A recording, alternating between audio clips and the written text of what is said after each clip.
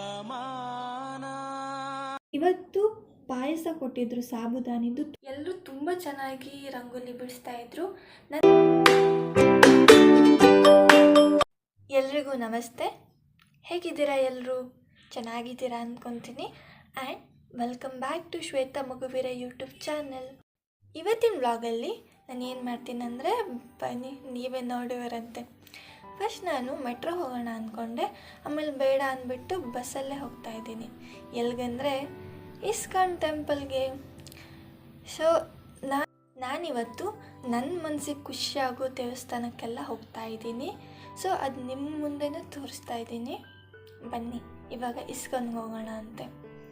First ನಾನು ISKCON ಒಳಗಡೆ entry ಆಗ್ತಿದ್ದಂಗೆ ನಂಗೆ ಇಷ್ಟ ಆಗೋ ಪ್ಲೇಸ್ ಏನಂದರೆ ಹರಿನಾಮ ದ್ವಾರ. ಹರಿನಾಮ ದ್ವಾರದಲ್ಲಿ ಎಷ್ಟು ನೆಮ್ಮದಿ ಸಿಗುತ್ತೆ ಅಂದರೆ, ದೇವ್ರ ನಾಮನ 108 ಸಲ ಜಪಿಸ್ಕೊಂಡು ದೇವ್ರ ದರ್ಶನ ತಗೊಳ್ಳೋದಿದೆಯಲ್ಲ, ಅದ್ರ ಖುಷಿನೇ ಬೇರೆ. ಆ್ಯಂಡ್ ನೀವೆಲ್ಲಾದರೂ ಈ ಹರಿನಾಮ ದ್ವಾರನ ಸ್ಕಿಪ್ ಮಾಡಿಬಿಟ್ಟು ಇಸ್ಕಾನ್ ಟೆಂಪಲಲ್ಲಿ ದೇವ್ರ ದರ್ಶನ ತಗೊತಾ ಇದ್ದರೆ ಪ್ಲೀಸ್ ಒಂದ್ಸಲ ಟ್ರೈ ಮಾಡಿ ನೋಡಿ. ಆ ಖುಷಿನ ಒಂದ್ಸಲ ಅನುಭವಿಸಿ ನೋಡಿ, ಗೊತ್ತಾಗುತ್ತೆ. ಆ್ಯಂಡ್ ನಾನಿಲ್ಲಿ 108 ಸಲ ದೇವರ ನಾಮನ ಜಪಿಸ್ಕೊಂಡು ದೇವರ ದರ್ಶನ ತಗೊಂಡೆ. ಮೊದಲಿಗೆ ನಾನು ನರಸಿಂಹ ಸ್ವಾಮಿ ದರ್ಶನ ತಗೊಂಡು ಅದಾದಮೇಲೆ ವೆಂಕಟರಮಣ ಸ್ವಾಮಿ ದರ್ಶನ ತಗೊಂಡೆ. ಅಲ್ಲಿಂದ ನಾನು ನನ್ನಿಷ್ಟ ದೈವವಾದ ಶ್ರೀ ಕೃಷ್ಣ ಪರಮಾತ್ಮನ ದರ್ಶನ ತಗೊಳಕ್ಕೆ ಹೋಗ್ತಾ ಇದ್ದೀನಿ. ಫುಲ್ ಸೆಕ್ಯೂರಿಟಿ ಇರುತ್ತೆ, ಬಟ್ ಆದರೂ ಲೈಟಾಗಿ ಕ್ಲಿಪ್ ತಗೊಂಡಿದ್ದೀನಿ.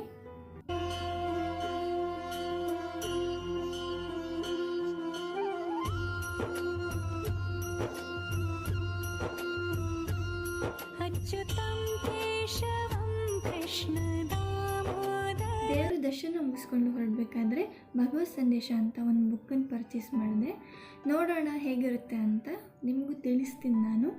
ಅದಾದಮೇಲೆ ಇಲ್ಲಿ ಹೊರಡೋ ದಾರಿಲಿ ಫುಲ್ಲು ಎಕ್ಸಿಬಿಷನ್ ಥರ ದೇವರ ಐಟಮ್ಸನ್ನೆಲ್ಲ ಮರ್ತಿರ್ತಾರೆ. ಒಂಥರ ನೋಡೋಕ್ಕೆ ಚೆನ್ನಾಗಿರುತ್ತೆ. ಆ್ಯಂಡ್ ನೀವೆಲ್ಲಾದರೂ ಇನ್ನೂ ಇಸ್ಕಾನ್ ಬಂದಿಲ್ಲ ಅಂದರೆ ಒಂದ್ಸಲ ವಿಸಿಟ್ ಮಾಡಿ, ನಿಮ್ಗೆ ಇಷ್ಟ ಆಗ್ಬೋದು. ಅಂದ್ ಪರ್ಚೇಸ್ ಕೂಡ ಮಾಡ್ಬೋದು. ಈ ಫ್ರೇಮ್ಸ್ಗೆಲ್ಲ 99 ರೂಪೀಸ್ ಇತ್ತು. ಚೆನ್ನಾಗೇ ಇತ್ತು, ನೋಡೋಕ್ಕೂ ಚೆನ್ನಾಗಿದೆ ಆ್ಯಕ್ಚುಲಿ ಹೇಳಬೇಕಂದ್ರೆ. ಅದಾದಮೇಲೆ ನಾನು ಮುಂದೆ ಹೋಗ್ತಿದ್ದಂಗೆ ಅಲ್ಲಿ ಫುಡ್ಡನ್ನೆಲ್ಲ ಮಾರ್ತಿರ್ತಾರೆ. ಸೊ ನಂಗೆ ತುಂಬ ಹಸಿವಾಗಿತ್ತೆ ಅಂತ ಒಂದು ಕಚೋರಿ ತೊಗೊಂಡು ತಿಂದೆ.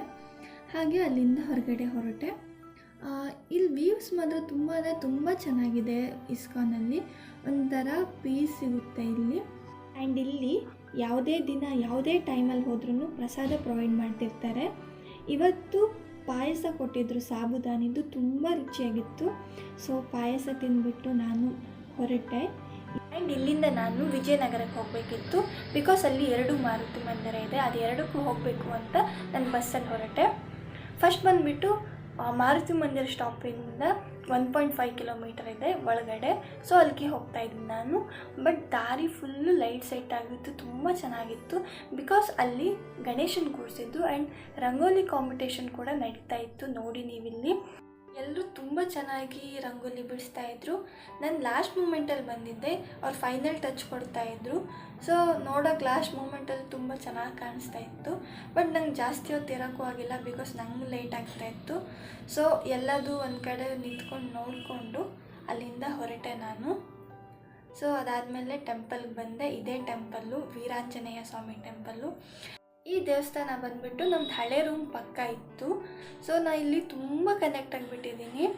ದೇವ್ರನ್ನ ನೋಡ್ತಾ ಇದ್ದಂಗೆ ನನ್ನ ಕಣ್ಣಲ್ಲಿ ನೀರು ಬಂದುಬಿಡುತ್ತೆ. ಆ್ಯಂಡ್ ಒಂಥರ ಹೋಮ್ಲಿ ಫೀಲ್ ಕೊಡುತ್ತೆ ನನಗೆ ಈ ದೇವಸ್ಥಾನ. ನನಗಂತೂ ಇಲ್ಲಿ ಬಂದರೆ ಪೀಸ್ ಸಿಗುತ್ತೆ, ಅದಕ್ಕೆ ನಾನು ಇಲ್ಲಿ ಬರ್ತಾ ಇರ್ತೀನಿ.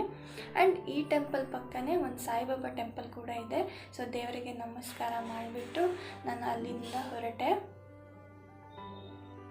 ಆ್ಯಂಡ್ ದಾರಿಲಿ ಹೋಗ್ತಿರುವಾಗ ನನಗೆ ಬೈಟು ಕಾಫಿ ಕಾಣಿಸ್ತು. ಈ ಹೋಟೆಲ್ಗೆ ಹೋಗಿಲ್ಲ ಅಂದರೆ ಆಗೋದೇ ಇಲ್ಲ. ಸೊ ಅಲ್ಲಿ ಹೋಗಿಬಿಟ್ಟು ಒಂದು ಹೋಳಿಗೆ ತಿಂದು ಮತ್ತೆ ತಿರ್ಗಾ ಹೊರಟೆ ನಾನು. ಇವಾಗ ನಾನು ಹೋಗ್ತಾ ಇರೋದು ಮಾರುತಿ ಮಂದಿರ. ಮಾರುತಿ ಮಂದಿರದಲ್ಲಿ ಹೋಗಿಲ್ಲ ಅಂದರೆ ವಿಜಯನಗರ ಹೋಗಿರೋದೇ ವೇಸ್ಟ್ ಅನ್ನೋ ಥರ. ಆ್ಯಂಡ್ ದೇವರನ್ನು ಎಷ್ಟು ಚೆನ್ನಾಗಿ ಸಿಂಗಾರ ಮಾಡಿದ್ದಾರೆ, ನೀವು ಒಂದ್ಸಲ ನೋಡಿ. ಪವಮಾನ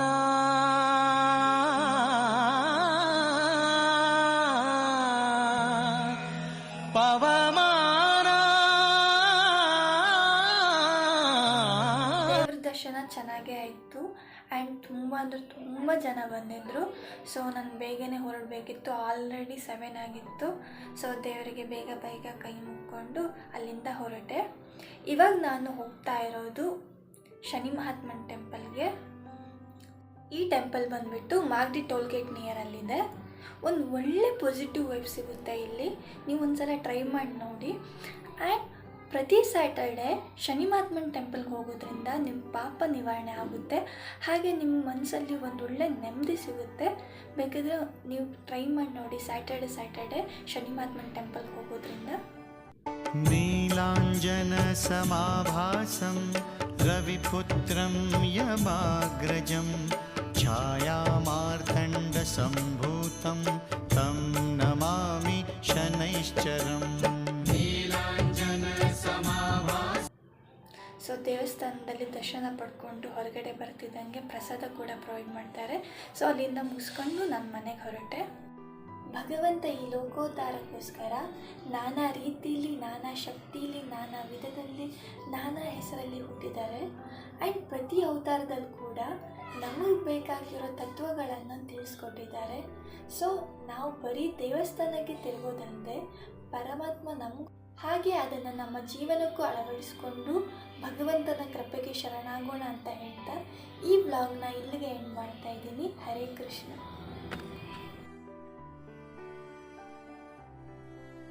ಈ ವ್ಲಾಗ್ ನಿಮಗೆ ಇಷ್ಟ ಆದರೆ ಪ್ಲೀಸ್ ಲೈಕ್ ಮಾಡಿ, ಕಮೆಂಟ್ ಮಾಡಿ, ಹಾಗೆ ಶೇರ್ ಮಾಡಿ, ಮತ್ತು ನನ್ನ ಯೂಟ್ಯೂಬ್ ಚಾನಲ್ನ ಸಬ್ಸ್ಕ್ರೈಬ್ ಮಾಡ್ಕೊಳ್ಳಿ. Thanks for watching.